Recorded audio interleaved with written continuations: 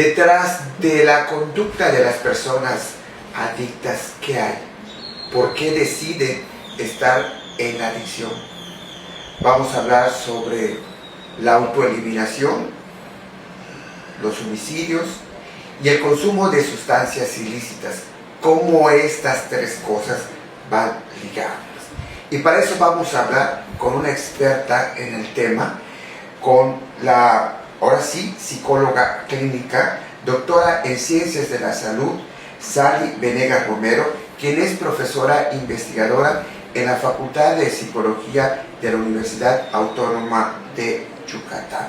Muchas gracias por estar aquí con nosotros. Siempre es un gusto, Freddy, saludarte y tratar de contar un poquito lo que nosotros hacemos en investigación, en trabajo clínico, etc.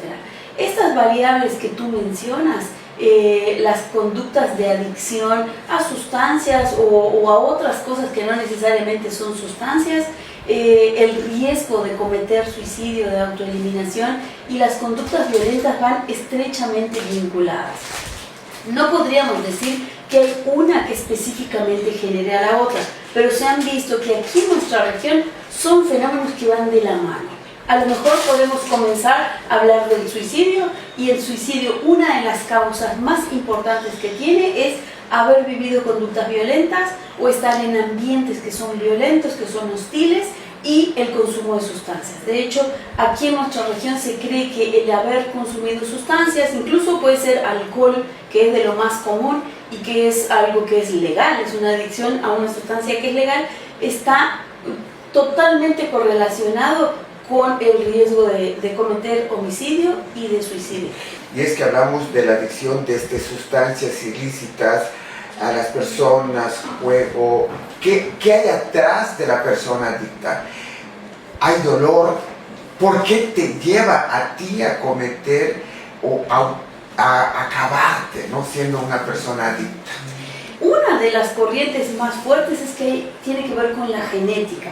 O sea, nosotros muchas veces genéticamente traemos la predisposición a caer en el consumo de alguna sustancia o en alguna adicción. Y obviamente esto se tiene que combinar con el ambiente. A lo mejor yo genéticamente traigo la predisposición, pero si crecí y vivo en un ambiente controlado, regulado, con amor, con buenas relaciones interpersonales, posiblemente no lo desarrolle. El problema es cuando estas dos cosas se conjugan y tengo la predisposición genética y además en mi ambiente ocurren cosas que hacen que yo caiga en el consumo de sustancias o en el abuso de algo, ¿no? Tú mencionabas muy bien que no necesariamente son sustancias, pueden ser conductas. Hay personas, sobre todo en nuestra juventud se da mucho, que son adictos a los videojuegos, o que son adictos al uso de redes o a los celulares, o que son adictos a jugar en el casino de pronto, ¿no? Y todas esas entran dentro de las conductas adictivas. ¿Cuál es la línea que divide lo aceptable, lo normal de lo patológico? Es cuando ya me genera daño. Cuando me genera daño a mí o a alguien más, ya podemos decir que eso es una conducta adictiva. No hay un número exacto, porque yo diría, bueno, ¿cuántas horas de redes sociales consumimos?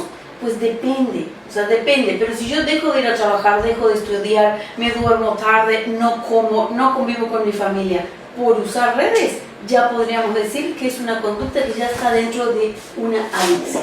¿Qué parte del cerebro me daña y hay daños, ahora sí, irreversibles? Probablemente uno de los daños más importantes tiene que ver con el entorno social. El daño que puedo hacer a mi familia, la pérdida de trabajo, pero hay daños que tienen que ver con la salud física, principalmente del sistema nervioso, que son daños, como tú dices, a veces irreversibles, ¿no? Y depende mucho de la sustancia que uno consuma. Si uno es adicto a jugar en el casino, probablemente sí hay cambios en el sistema nervioso, pero no van a ser tan graves como que yo consuma sustancias ilegales, ¿no? O legales, a lo mejor, y el problema principal que tenemos en nuestro medio es el consumo de alcohol, que a lo mejor lo venden en cualquier esquina. Y el alcohol va a tener efectos acorde a la cantidad que nosotros tomemos. ¿Quieres que te cuente eso? Sí, claro. Ok. Cuando nosotros consumimos 2 o 3 copitas, lo primero que afecta es el lóbulo frontal, que es la parte que está atrás de los ojos y de la frente. Y ahí ese lóbulo frontal lo que regula es las conductas ordenadas, que uno no sea impulsivo. ¿Qué es lo que pasa con 3, 4 copitas? Se pone uno feliz. Entonces está contento, eufórico, de pronto le llaman al ex a las 4 de la mañana para decirle que lo quieren mucho. O sea, son conductas que de pronto uno no haría cuando está sobrio, cuando está bien. Si la persona sigue tomando alcohol, lo que va a pasar es va a afectar otras áreas del cerebro. Va a afectar áreas del equilibrio, áreas de la memoria. Por eso las personas tienen blackouts y se olvidan de lo que hicieron, ¿no? Si sigo tomando, va a afectar zonas del tronco encefálico, que es lo que está atrás en la nuca, que regulan la respiración, la frecuencia cardíaca. Por eso uno a veces, si toma mucho, puede llegar a vomitarse, puede tener hipo. Todo esto lo regula el tronco encefálico. Y si yo sigo tomando o tomo demasiado rápido, puedo llegar a tener un coma. Literalmente lo que va a pasar es que nuestro sistema nervioso nos desconecta de la realidad. El cristal es una sustancia muy adictiva. ¿Qué te perjudica? ¿Cómo te perjudica en la salud? Son drogas pesadas que... Como el polvo blanco. Sí, que generalmente van a afectar a los neurotransmisores. Aumenta la cantidad de dopamina que uno produce. La dopamina es un neurotransmisor que nos va a hacer sentir felices. Y la dopamina la conseguimos de manera natural cuando comemos algo rico, cuando vemos a alguien que nos gusta mucho, cuando nos compramos algo, cuando hacemos algo que nos gusta, se va a liberar dopamina en pequeñas cantidades. Cuando uno se mete sustancias como esta que tú mencionabas, las subidas de dopamina son muy elevadas. Entonces la gente va a sentir euforia, se va a sentir Superman, se va a sentir que se puede tirar del tercer piso y volar y no le va a pasar nada. El problema es que estas sustancias son altamente dañinas para el sistema nervioso. Literalmente nos podemos quedar con la idea de que matan las neuronas. Y lo que va a pasar es que la persona tenga deterioro cognitivo, que es ya no va a razonar bien, va a perder la memoria, la atención, va a perder las capacidades de razonamiento. Incluso hasta llegar uno a estar indigente en la calle sin tener recursos, incluso pérdida de trabajo, amistades y redes. El que se consuma drogas a menor edad o el que se consuma sustancias ilícitas a menor edad, ¿a qué te está llevando muchas veces? El daño es probablemente más irreversible. Porque cuando nosotros estamos en una etapa de crecimiento, todavía las neuronas se reproducen, están creciendo en plasticidad. Entonces, si consumo sustancias en esa época, en la adolescencia, en la juventud, es probable que el daño sea de mucho mayor impacto a que cuando uno lo consume estando un poco más grande. Entonces, es un peligro muy, muy importante que la gente consuma a muy temprana edad, porque el cerebro no se ha terminado de desarrollar. Se sabe que las funciones ejecutivas, que son lo que regula el impulso, la toma de decisiones, el planear las acciones, se madura hasta los 21, 22, 23 años. Entonces, hasta esa edad, nuestro cerebro es altamente vulnerable. ¿Qué hay atrás de esa adicción? Porque es una historia que se va construyendo, no es de la noche a la mañana. ¿Qué hay? En nuestras neuronas hay unos receptores, o sea, hay una neurona que le da una señal o le manda un mensaje a la segunda neurona. En esa segunda neurona se generan unos receptores que son como unas puertas. Cuando yo empiezo a consumir alguna sustancia, se empiezan a generar, metafóricamente hablando, muchas de esas puertas, que me va a llevar a que en el futuro yo necesite más sustancia para poder atender a todas esas puertas que tengo. Entonces, ¿qué va a pasar? Si un día no tengo la sustancia o no tengo la actividad como ir al casino o no veo a la persona que estoy un poco adicta, es que la persona vea el daño que está teniendo, lo mucho que está perdiendo y decida comenzar un cambio. O sea, en un principio es muy difícil y precisamente lo que van a hacer los procesos terapéuticos, las intervenciones de profesionales es ayudar en ese camino para que la persona se dé cuenta que se requiere ese cambio. ¿Cómo está ligada a la autoeliminación o suicidio y a los homicidios? va a generar también cambios radicales en el estado de ánimo. Es decir, puede ser que yo viva muy contenta y con mucha euforia un rato de tiempo, pero al rato lo más probable es que me sienta desdichada, me sienta muy infeliz, muy triste, ¿no? Y en esos periodos de tiempo, si la persona está siendo impulsiva, recuerda que dijimos hace un rato que genera daños en el cerebro. El lóbulo frontal del cerebro es que regula los impulsos. Y si esas áreas se dañan, con el consumo de sustancias se dañan estas áreas que están atrás de nuestros ojos. Entonces, si se dañan estas áreas, voy a estar más vulnerable a los impulsos. Una persona que está medianamente estable emocionalmente, si le pasa algo trágico, pues va a tener el recurso para manejar su tristeza, su enojo, su angustia.